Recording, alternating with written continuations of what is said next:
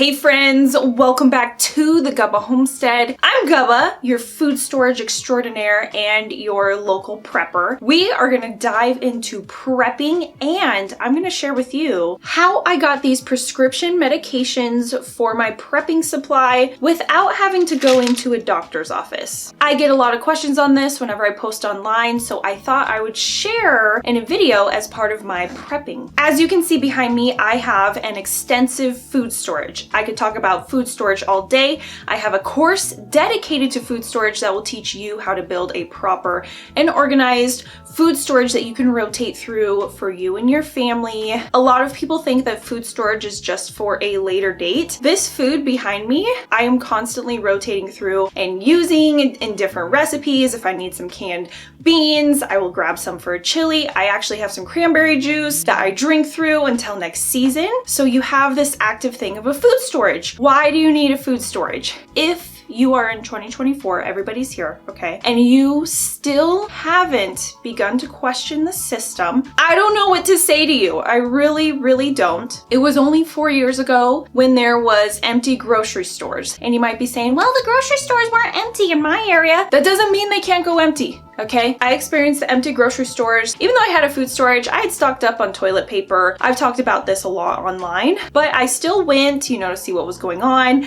They had the arrows on the floors. They had the 1984 thought police monitoring you if you were wearing something on your face, follow you around the store. I saw people fighting over bags of dried beans. The shelves were empty. The refrigerator section was empty. The freezer section completely empty. The line was through the store and everybody's carts were just piled with everything that they could scavenge. And I still remember thinking, I will never be in that scenario, ever. So I had a bit of a food storage. Now here I am. I focus very heavily on food preservation. It's great to start with the canned items at the store, the packaged foods that you eat, but eventually as you start to get food preservation skills, your canning, your dehydrating, your freeze drying, you can find other methods of food preservation that will help you build your food storage and you can cater it to what you and your family eat. So having a food storage for those empty grocery store shelves.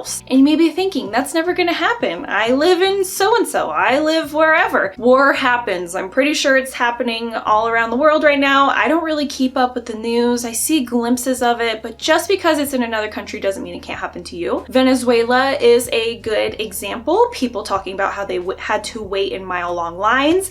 A few months ago, I got to meet someone who lived in Russia during the communists. They had just gone communist, and he said going to the grocery store was a whole day event. You'd have to wait in line to get in, you wait in different lines to get different things. At lunchtime, they'd kick you all out, then you'd have to get in line again. I don't want to wait in line. So build a food storage. So it's just these little things, and it doesn't even have to be for war, right? If you have a job loss, you can have a food storage. You won't have to depend on the grocery store. It's so cool when you have a food storage. That's less trips to the grocery store.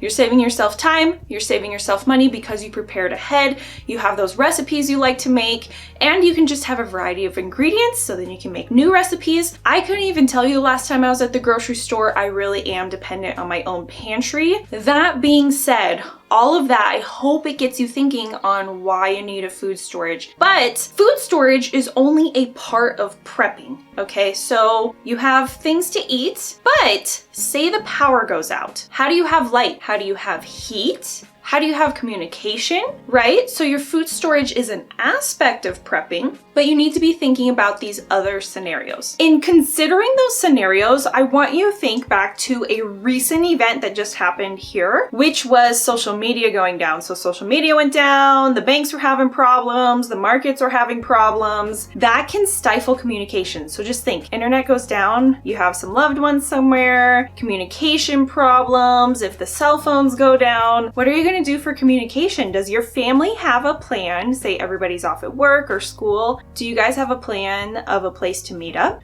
Do your kids have first aid kits in their backpacks that they know how to use? Do they have maps that they know how to navigate? Do they have snacks in there? Does your family member know and have a plan to get back to the house? Say they are in the city and they're working and the internet goes down, the grid goes down. Who knows? I saw saw that they were going to say that a new solar flare was going to happen and we could have more internet outages. So say a solar flare happens and I don't know, cars don't work. Does your family member have a way to get home? Do you have a place to go and meet them? So these are kind of all the scenarios. Something as simple as the power going out. Are you able to operate in your household to cook food, be warm, and have light? So cooking food, being able to either have fires or gas-powered stoves. Camp stoves are a great alternative, knowing how to cook with those, having cast iron. Cast iron is so durable, especially when it comes to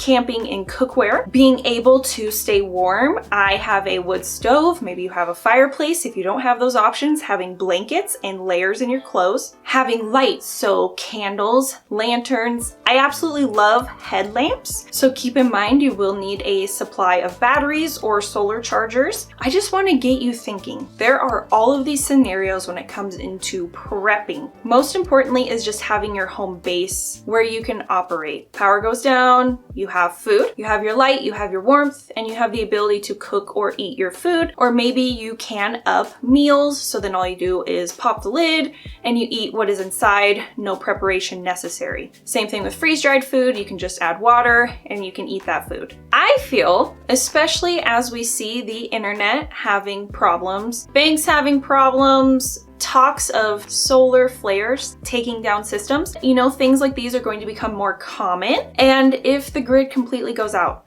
can you operate? Another instance to think about, if the grid goes down, you have your food, you have your light, your warmth, a way to cook your food. Do you have medical? So in a scenario where everything goes out, you probably aren't gonna wanna leave your house. We saw the streets during the election a few years ago, and that was scary. The riots that went on. I wouldn't wanna be out during that. I feel like my safety would be in jeopardy. So that would be completely up to you and your family. If you want to hunker down and you can't get to a doctor, do you not only have first aid kits, do you have a way to do stitches? Do you have a way to stop excessive bleeding? It would be valuable to have first aid kits to practice with your kids, go through different scenarios that may happen. Maybe somebody comes home and they're hurt, maybe they get hurt in the home or they get hurt in the yard. Go through these different scenarios that are practical to your area. Something to consider, I do not like Western medicine, but when it comes to prepping, I think that it does have a spot, especially if you are not comfortable with making your own medicine, treating your own ailments. I want to talk to you about my Contingency Medical Go Bag. I was able to get this without going into a doctor's office. That is the biggest selling point for me because I don't like going to the doctors. It's stressful. You go to the waiting room, you wait forever, they bring you back, the nurse checks you out, you wait forever again, then the doctor sees you. Anyways, I don't like going, but I think this is really neat for emergencies, for prepping. If you, like I mentioned, don't feel comfortable with alternative methods of treating problems and you need something that is going to fix your issue in an instant. With Contingency Medical, you go online, you fill out your medical history, it is physician reviewed and then pharmacist dispensed, and you get a bag like this that has different medications for different ailments. The most important part is it comes with a little manual that tells you what each of them is, how to use them, what they can be used for. So this is a valuable reference that you can look to if you're curious what's in here. If you are having a stomach ache or you just got bit by an animal, this is what you will reference in regards to what's in here and how to use it. You may be wondering, well, don't these things expire? Effectiveness can diminish over time. It does say on their website that they expire 1 year after being issued, and the best way to remain as effective as when you got them is to replace them. That is up to you and your personal preference and what you feel comfortable with. In an emergency, I am not going to have a problem using expired meds as I have in the past and have had no issue. Again, that is up to you and what you feel comfortable with in your preps. So you'd also want to store these out of sunlight and extreme heat and temperatures, similar to your food storage. But these are cool. Another thing that they have and sell, which I don't have, I want to get one because I keep bees, is an EpiPen. So in order to get an EpiPen, you gotta go to the doctor. It's a huge hassle. They do EpiPens, which is so neat and I think extremely valuable to have on hand for emergency scenarios if you have allergies to peanuts or bee stings. I keep bees. I have a minor allergy. If I got stung in the neck, that could be a problem. So I do plan to add some of those into my emergency preparedness. In this little field manual, it talks about how to properly use your antibiotics. It literally goes through everything for you. So again, I do think this is pretty neat to have in your preparedness supplies. I think it is handy in the little case that it comes in. And I'm not a huge fan of Western medicine, but I think everything has its place. And if the grid goes down, I can't access, traditional medical care, go to the doctor, emergency room, and I can't treat it with the medicines that I know and create, then I think,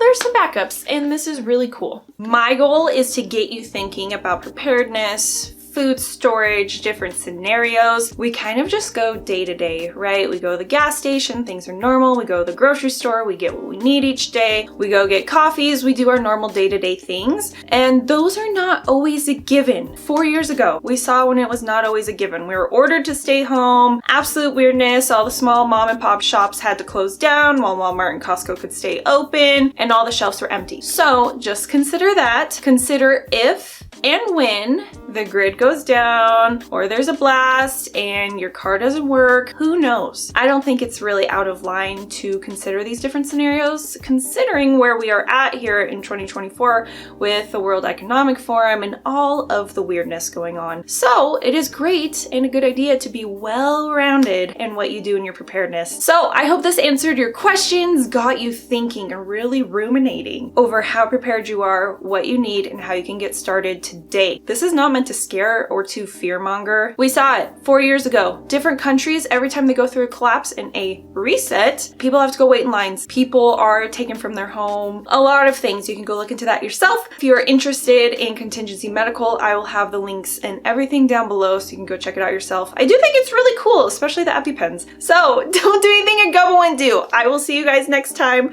Bye!